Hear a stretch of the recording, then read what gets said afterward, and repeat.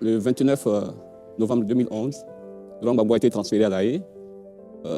C'était la première fois qu'un président soit transféré devant la Cour pénale internationale. Pour certains Ivoiriens, ça a été un soulagement. Pour d'autres Ivoiriens, c'était une désolation. Nous tous, en tant qu'observateurs, nous étions perplexes. Nous avions des appréhensions avec les différents rebondissements qui ont eu cours. Nous avons eu des appréhensions sur la Cour pénale internationale. Aujourd'hui, je crois que c'est un soulagement pour les uns, une déception pour les autres, mais justice a été rendue et on doit se soumettre à la décision qui a été rendue. Très bien, docteur Naïb Prégnant. Je pense que c'est une décision qui est salutaire parce que, effectivement, il y a eu un procès, un long procès, et aujourd'hui, il y a eu acquittement. Donc c'est une décision qui a une ambivalence dans cette décision. C'est que, premièrement, la Cour pénale internationale n'a pas pu prouver, effectivement, la culpabilité de deux personnalités politiques. Deuxièmement, la Cour pénale internationale, c'est un test de grandeur majeure pour cette Cour qui est contestée. Et aujourd'hui, on constate qu'effectivement, les faits, les délits sont constitués, mais les auteurs étaient les mauvais auteurs. En fait, les personnes qui ont été emmenées à la Cour n'étaient pas les bonnes. Une chose est sûre, 3000 Ivoiriens ont perdu la vie et il faut trouver les responsables de ces morts. Donc, pour les deux personnalités politiques, c'est une bonne chose, mais pour la Côte d'Ivoire, il reste encore à trouver les auteurs des 3000 morts. Alain Wakili. Il faut dire qu'en décembre 2011, le président Laurent Gbagbo a dit « j'irai jusqu'au bout ». Charles Blé Goudé, quelques années plus tard, a dit « de l'enfer, il reviendra ». On peut penser que les deux ont gagné leur pari. Ce que je note, c'est que ceux qui sont satisfaits, après cette décision, sont plus nombreux que ceux qui sont mécontents. N'empêche qu'il y a des mécontents dont il faut écouter éventuellement la peine et l'angoisse. Comme un match de football, comme une élection, il y a des vainqueurs, il y a des vaincus, et on dit que les vainqueurs doivent écouter tout le monde, doivent être les présidents, les élus de tout le monde, même ceux qui ne les ont pas votés et qui ont été leurs adversaires. Donc, dans ces moments de soulagement, de satisfaction pour les uns et les autres, et comme il a dit, il ne faut pas oublier de penser aux mécontents, aussi même ceux qui sont soulagés, au sentiment qu'ils ont pu avoir de subir une injustice. Donc on aura peut-être ici, en dehors de cet espace, l'occasion de reparler de ces choses-là. Alors, ce procès a été un long feuilleton juridique de 2011 à 2021. Nous avons l'avantage d'avoir deux avocats, deux hommes de droit sur ce plateau. Maître Raoul Goïbi, quelles sont pour vous, tout d'abord, les leçons juridiques de ce procès? Déjà, je tenais à vous dire merci de m'avoir invité sur ce plateau ce jour particulier pour nous les chrétiens catholiques, pour parler un peu de ce procès-là. Oui, je suis avocat, je fais partie du collectif des avocats de M. Charles Blé Goudé. Donc, juridiquement parlant, je n'ai pas ressenti de grande émotion, parce que c'est le contraire qui m'aurait étonné, dans la mesure où, dès le départ, nous avions donné l'assurance de ce que ce procès allait terminer ainsi. Déjà, quand les choses sont mal montées dès le départ, on a l'assurance qu'on va atteindre un tel résultat. Ce procès n'a eu lieu que seulement sur les charges. Comme vous l'avez dit, on n'est pas rentré dans le fond. On a redonné la possibilité à Madame la procureure Bensouda de revoir ses copies. Encore pour lui donner une chance de pouvoir arriver, ne serait-ce qu'à un débat fondamental. Donc, au niveau des avocats de la défense, nous avons l'assurance que les choses allaient se terminer ainsi. Vous voyez? Voici un procès qui a eu lieu pendant 10 ans, où on a demandé à la poursuite d'apporter des éléments pouvant justifier le maintien en détention de nos clients. Le premier juge a dit que de façon exceptionnelle, il n'a jamais trouvé de preuve aussi faible. Le second juge a dit qu'il n'avait même pas lieu de statuer sur une opportunité d'ouvrir d'autres débats parce que les éléments qui ont été envoyés devant la première juridiction ne devaient même pas permettre d'ouvrir un procès. Donc pour nous, les avocats, nous avions l'assurance, la certitude que ce procès-là allait être ainsi. Maintenant, au plan politique. On en parle dans la deuxième partie de l'émission. Super. Alors, Maître Meïté, tout à l'heure, votre confrère, Maître Raoul Goïbi, disait « Le dossier de l'accusation a été mal monté ». Est-ce que vous partagez cet avis? En tout cas, moi, je voudrais m'associer au remerciement de mon confrère quant à l'invitation qui nous a été lancée pour ce soir.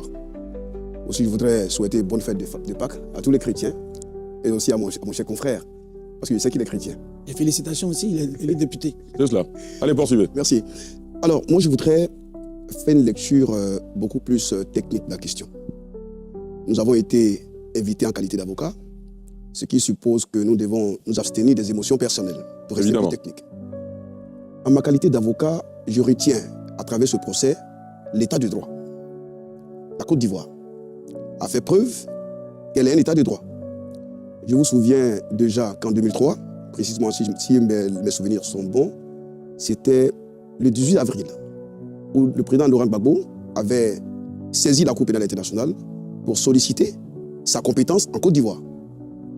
Cette compétence a été encore réaffirmée le 10 décembre 2010 par le président nouvellement élu, le président Alassane Ouattara. Donc c'est fort de cela que la Côte d'Ivoire a offert sa collaboration pour une enquête sérieuse sur toutes les atrocités perpétrées en Côte d'Ivoire. Et la Cour pénale internationale, le procureur de la CPI a donc eu l'opportunité d'enquêter en Côte d'Ivoire sans être gêné. À l'époque, c'était le procureur Ocampo. Et la Côte d'Ivoire a effectivement offert sa collaboration. Cela dénote de la volonté de créer un état de droit. Et le procès s'est tenu effectivement. Le parquet a été mis en situation d'établir la culpabilité des accusés. La Cour pénale internationale a demandé l'extradition, la mise à disposition de ces accusés, ce qui a été fait par la Côte d'Ivoire au moyen d'un arrêt rendu par la chambre d'accusation. Ils ont été extradés. Ils ont été mis à la disposition de la CPI. Donc, de mon point de vue, je voudrais féliciter les autorités de la Côte d'Ivoire pour avoir offert cette opportunité qui est gage de l'état de droit. Deuxièmement, je retiens que le procureur de la CPI n'a pas été en mesure de convaincre la Cour de la réalité des charges retenues contre ces accusés. Mais je retiens tout de même que le procès pénal, il faut avoir une autre lecture du procès pénal. Laquelle? Une personne peut être acquittée non pas parce qu'elle n'est pas coupable. Je le dis, je pense quand même que je n'arrive pas à me faire comprendre par certains, et c'est heureux parce qu'ils ne sont pas des techniciens. Alors, un accusé, un prévenu, peut avoir commis des faits. Et l'autorité des poursuites n'ayant pas pu établir la réalité des faits qui lui sont imputés, peut être acquittée. Une personne peut être acquittée parce que les faits qui lui sont imputés sont chimériques. Donc, vous voyez, il y a différentes hypothèses.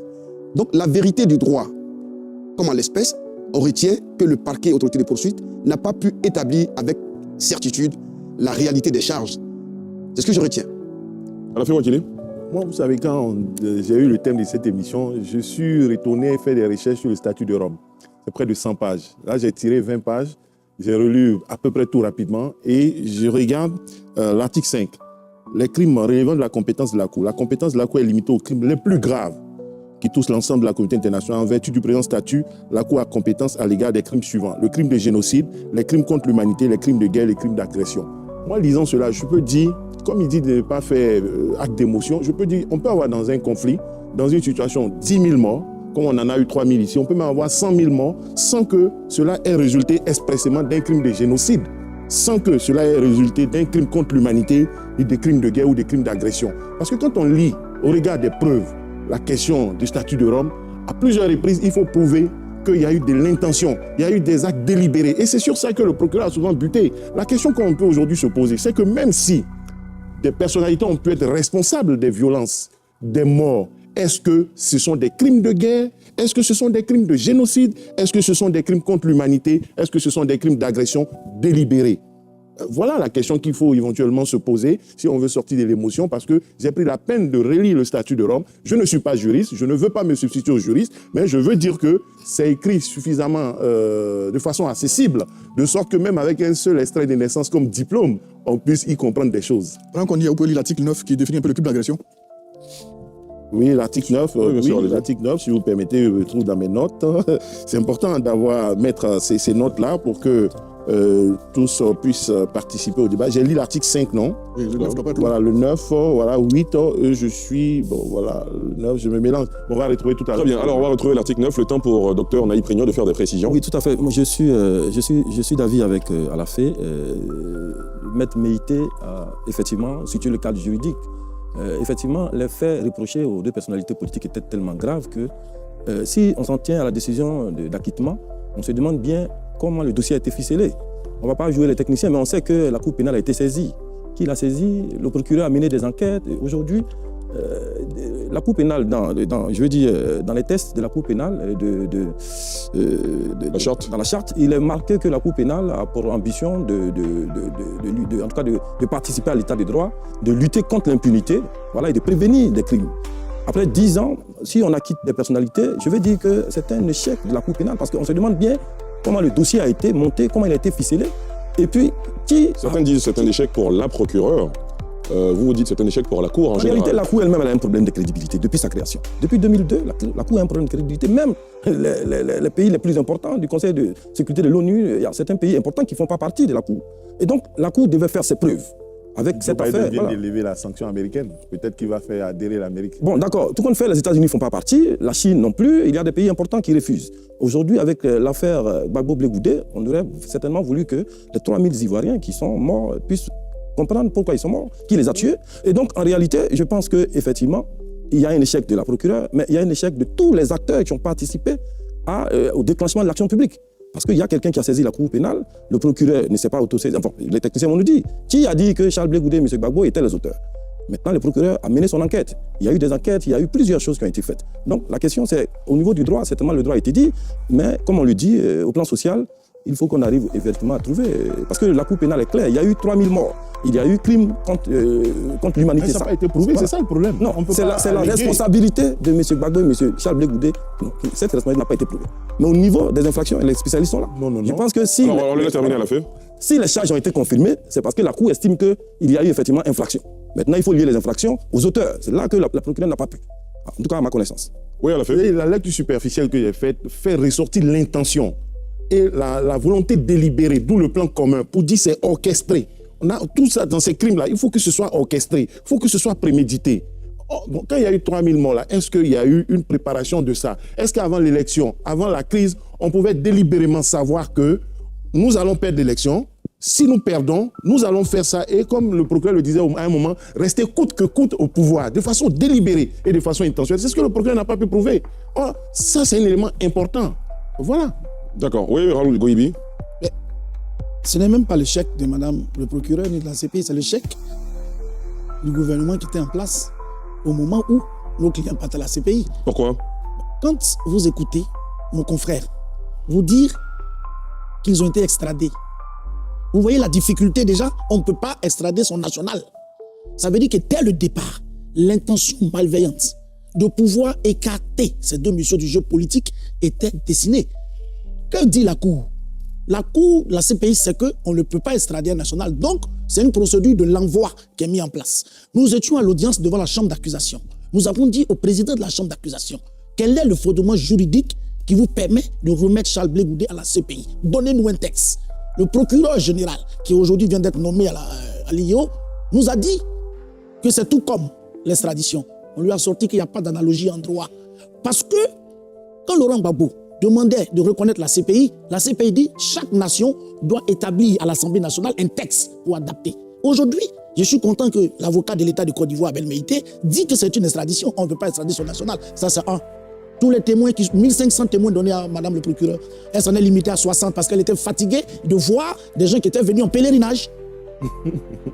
Elle se limite à 60, mais nous n'avons même pas fait passer nos témoins. Voilà un procès comme ça. Et on parle de l'échec de Ben Souda. Non, c'est le chèque de ce gouvernement, ce ministère de la Justice, qui a enrôlé des témoins à Borboué, à Bobo, pour les amener là-bas. Aujourd'hui, c'est eux leur chèque. Alors, c'était pour leur montrer que quand la justice elle est vindicative, on arrive à ce résultat. Maître Abdoulaye Benmeïté, vous êtes mis en cause tout de suite. Est-ce que vous avez l'impression que c'est un échec, comme l'indique Maître Raoul Goïbi? Voilà, mais je pense que c'était l'échec du procureur, de la CPI. Vous savez, il faut transcrire les choses telles que c'est. Il faut éviter les amalgames. Nous ne sommes pas ici pour faire un coup de droit. Mais je pense que mon confrère, il sait pertinemment quelles sont les parties à ce procès. La question se pose à ce niveau. Deuxièmement, quand il me dit que M. Laurent Gbagbo et Charles Blegoudé ne devaient pas être mis à disposition de la CPI, je pense qu'il n'est pas cohérent. Voici un État sous Gbagbo qui invite une cour étrangère à venir enquêter sur son territoire. C'est pour aller à un dîner gala après ou quoi? Lorsque cette cour mène des enquêtes, c'est pour établir des responsabilités.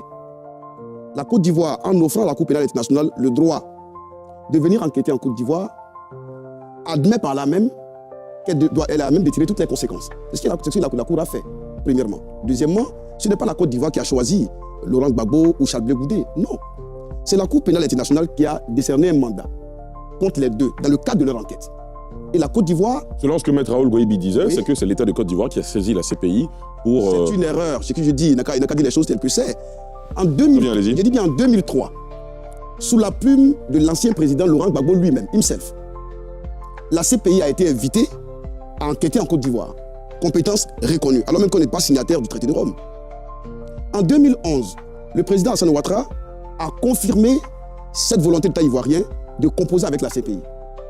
C'est sur la base de cette volonté de l'État de Côte d'Ivoire que l'enquête a été menée. Et l'enquête a été menée par le parquet international.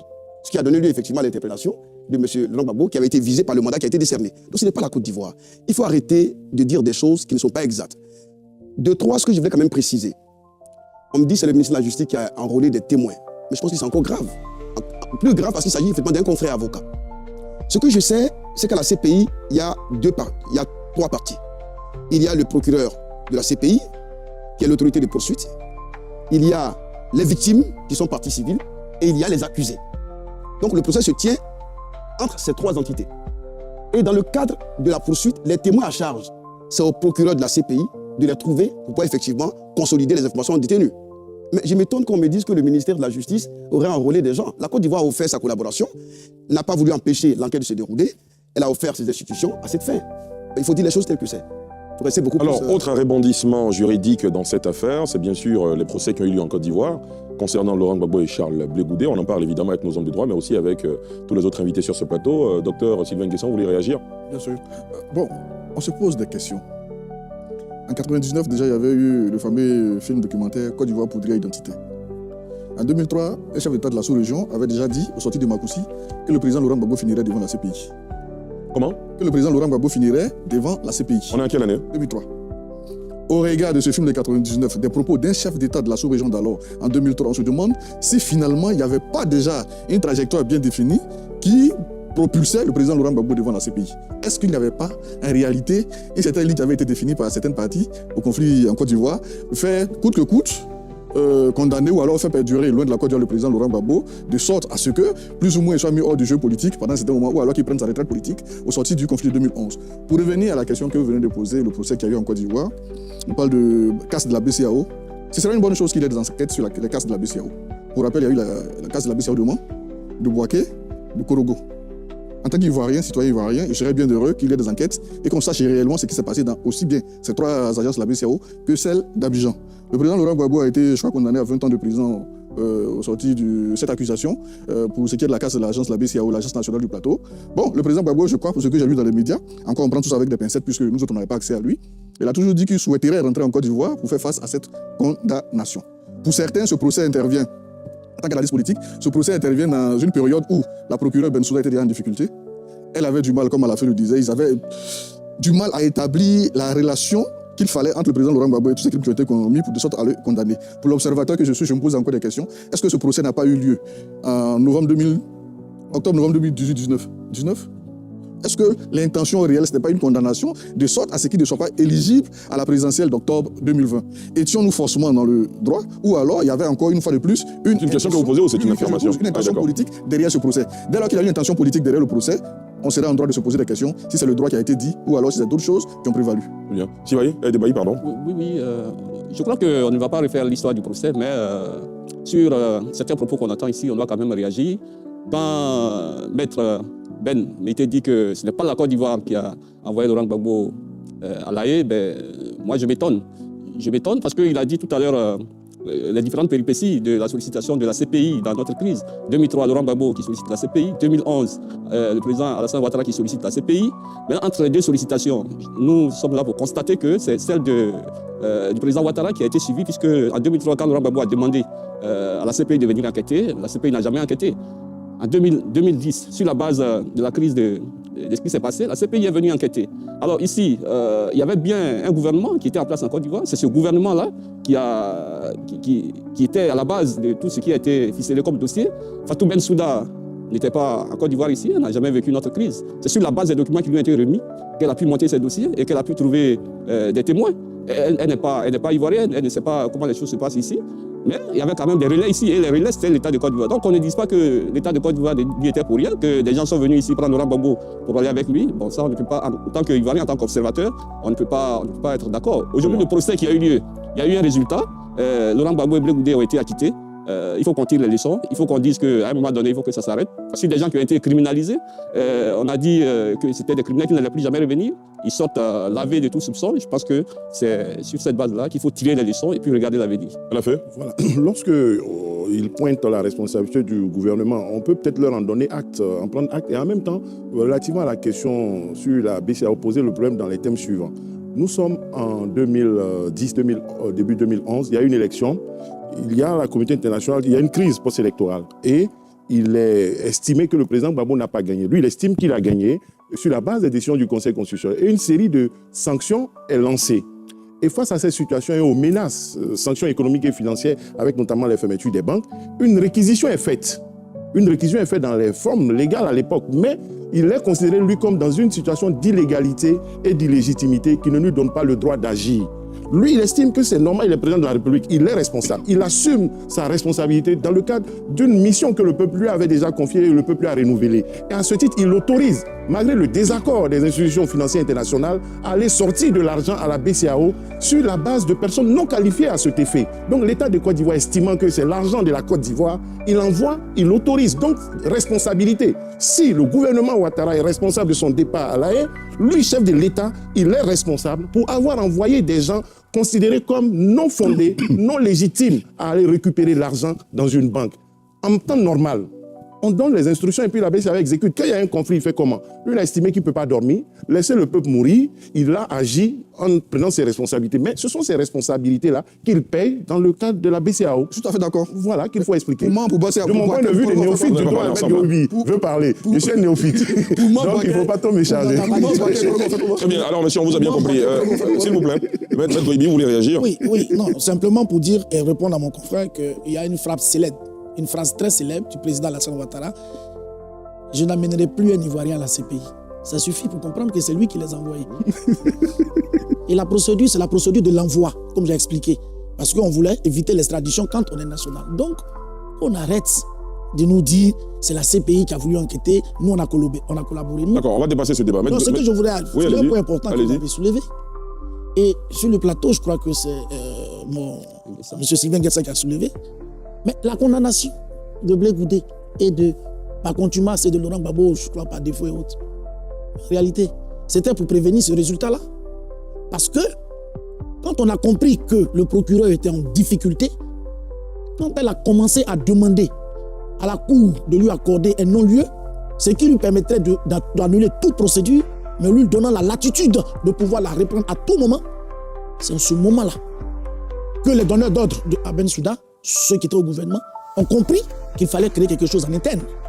Sinon, comment peut-on juger quelqu'un comme Laurent Gbagbo par contumace ou par défaut, alors que la loi dit que c'est lorsque la personne n'arrive pas à justifier de façon légale son absence. Mais si vous les avez envoyés et vous dites qu'ils ne peuvent pas justifier l'absence en Côte d'Ivoire, et donc les mandats d'arrêt sont tout azimuts, c'est ces décisions-là qui ont permis à les rendre inéligibles, voilà ce qui a été orchestré. Malheureusement, pour eux, les choses sont pas allées dans le sens. On attend. Quand nos clients rentreront, quelle sera leur attitude? Alors là-dessus, justement, Maître Meïté, maintenant que le procès à la CPI s'est terminé, les procès se sont tenus en Côte d'Ivoire, c'est quoi la suite? Non, mais bien avant, parce qu'il faut quand même que je réagisse. Bon, rapidement, allez-y. Alors, je laisse toute la responsabilité des déclarations à mon confrère.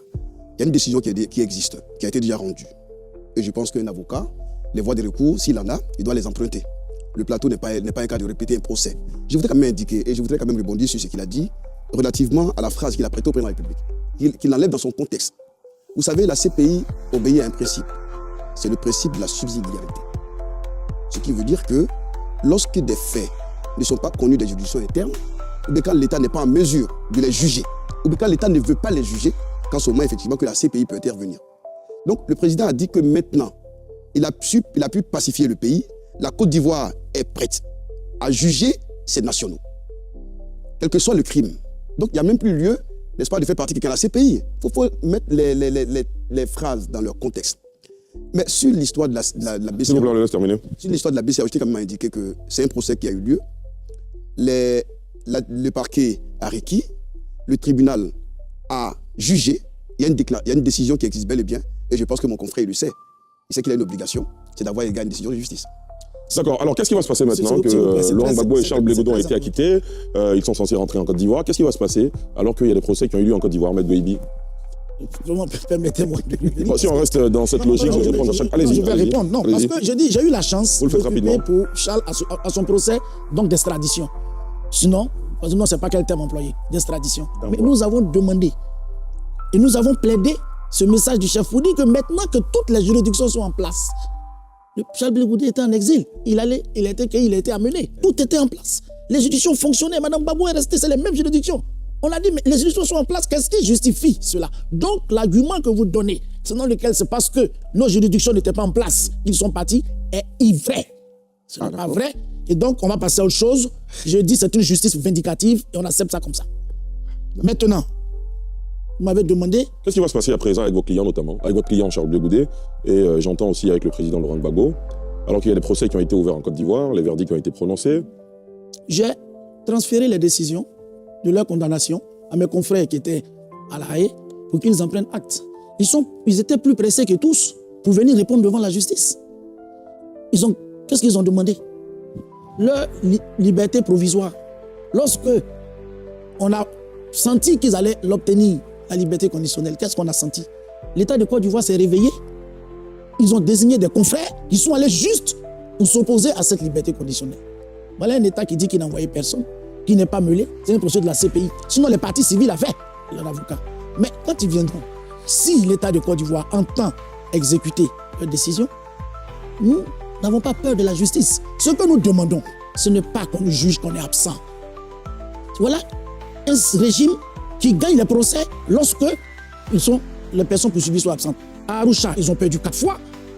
À la CPI perd, c'est-à-dire tout ce qui est à l'extérieur, tout ce qui est... Mais ce procès, comme vous l'avez dit au début, doit permettre à notre justice de savoir comment les choses fonctionnent en matière d'appareil judiciaire.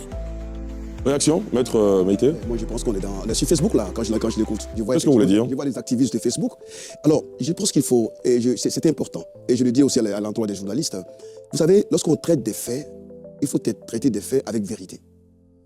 Il faut éviter le folklore. Le folklore engagé, ainsi que ce livre, mon confrère, pour qui j'ai beaucoup de respect. Je suis heureux quand même qu'il puisse quand même reconnaître que la Côte d'Ivoire n'était pas partie à ce procès. Ça, déjà, c'est tout à son honneur. Contrairement à ce qui se raconte sur les réseaux sociaux, la Côte d'Ivoire, effectivement, à un moment donné, après l'acquittement des accusés, suite à l'appel du parquet de la CPI, le procureur Bensouda a pu obtenir que la liberté accordée, effectivement, aux accusés, en conséquence de leur acquittement, soit réduite, soit conditionnée. Et c'est en réaction. Au cours du procès en appel, que les accusés ont sollicité de la CPI, de la chambre d'appel, que ces conditions soient levées. Et il sait bien qu'il existe dans le statut de Rome que des parties tierces, des personnes tierces, puissent intervenir devant la cour pénale. On les appelle les amis de la cour. C'est dans ce sens que l'État de Côte d'Ivoire qui avait l'intérêt. Parce que, mais figurez-vous, en Côte d'Ivoire, il y a des victimes. Il y a des personnes qui restent encore mutilées. La Côte d'Ivoire a estimé que faire droit à cette requête de la défense était source d'inquiétude, de trouble à Côte d'Ivoire. C'est pour ça que la Côte d'Ivoire a sollicité une intervention volontaire qui a été accordée. Et c'est au cours de ce procès auquel nous avons représenté la Côte d'Ivoire que nous avons estimé, donnant des informations à la Cour que voici l'État en Côte d'Ivoire et que cette liberté totale n'était pas la solution à l'état actuel des choses. Il fallait relativiser. Et je pense que la Cour a suivi la Côte d'Ivoire dans ses observations, puisque la requête qui a été déposée par la défense a été rejetée. On est bien d'accord. Il nous parle d'Arusha. Je ne sais même pas quel procès vous avez gagné à Arusha. Parce que quand il parle d'Arusha, l'entrée des faits, effectivement, l'entrée des faits du vous est là. Parce qu'à Arusha, il faut le dire aussi, à Arusha, les dossiers, que ce soit le dossier de la CEI, mais nous avons gagné le dossier de la CEI, cher ami. Il faut reconnaître les choses. Et nous avons estimé que la Cour africaine des droits de l'homme n'avait pas à s'inviter pour prêter secours effectivement à votre cause. Puisque naturellement, il fallait qu'on le dise. Mais dites-moi aux yeux effectivement que l'un des avocats des demandeurs pour associer le président de la Cour africaine des droits de l'homme. Est-ce que vous l'avez dit aux gens? Très bien. Il faut arrêter. On vous a bien entendu. À la fin, Wakili, vous voulez réagir? Maître Goïbi parle de justice. Je pense que Maître Ben Ablaye Meïté a félicité ses confrères, les avocats, dont il fait partie de Charles Blé Goudé et du président Gbagbo, pour leur victoire. Et la justice en Côte d'Ivoire, c'est les juges, mais c'est aussi les avocats. Donc il ne faut pas prendre seulement ce qui est mauvais. Vous êtes avocat, vous avez gagné avec Charles Blé Goudé et le groupe, ça aussi c'est la justice ivoirienne. Il ne faut pas dénoncer forcément des décisions qui ne plaisent pas et puis dire que la justice ivoirienne est totalement négative. Il y a des avocats